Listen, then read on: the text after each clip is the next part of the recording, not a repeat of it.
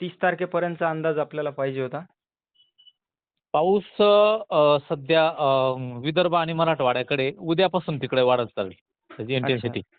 जो अच्छा, आज अच्छा. उत्तर महाराष्ट्र, पश्चिम महाराष्ट्रात जो होता, हां, हां. तो आता मराठवाडा आणि विदर्भाकडे 24 म्हणजे 24, 25, 26, 27 4 दिवस, 4-5 दिवस दिसतो तो. नंतर 4-5 दिवस.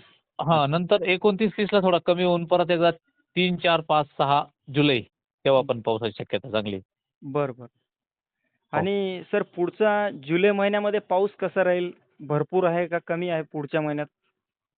नाही, जुलै महिन्यामध्ये चांगला पाऊस राहील शक्यतो. फक्त एक थोडासा 8-10 दिवसाचा खंड दिसतो पावसाचा पण त्यात बरं का सर, अच्छा, लक्षात घ्या. 8-10 अच्छा. दिवसाचा खंड दिसतो. तसं आय-ओ-डी पॉझिटिव्ह होत चालला त्याच्यामुळे पाऊस चांगला आहे. हां, हां. जरी एल निनोचा प्रभाव आहे, तरी पण अच्छा, पाऊस चांगलाच असेल. अच्छा. आता पेरणी झाल्यानंतर तर खूप काही मोठा असा गॅप नाही ना सर पावसाचा? नाही, पेरणी झाल्यानंतर गॅप म्हणण्यापेक्षा काय होतं सर, एल निनोचा प्रभाव असल्यामुळे पाऊस सतत लागून नाही राहणार तो. एक अच्छा. 2-4 4 दिवसाचा एक स्पेल, त्यानंतर 2 दिवस गॅप, परत 2-3 दिवसाचा स्पेल अशा पद्धतीनं तो येईल आपल्याकडे. अच्छा, अच्छा. असं.